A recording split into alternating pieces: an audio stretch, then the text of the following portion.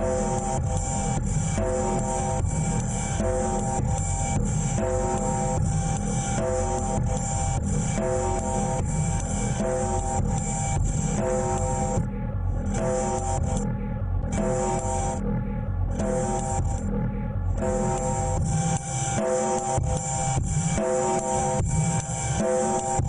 first to arrive at this place was an 18-year-old American GI by the name of Hugh Carey, who later became governor of New York State. And he said when they arrived, what they discovered lying at their feet was thousands and thousands and thousands of dead bodies. And come to find out, 25,000 of the 40,000 slaves at this place perished at the hands of the Nazis. Well, you know, immediately after the war, the U.S. and the Allies created the Nuremberg trials, at which time we brought the Nazis to justice for their crimes against humanity.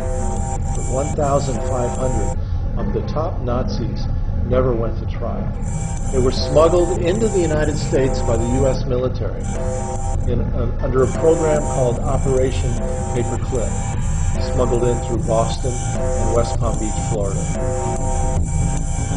And Wernher von Braun and his rocket team, 100 of them, along with 100 copies of the V-2 rocket, were sent to Huntsville, Alabama, where von Braun became the first director of NASA's Marshall Space Flight Center.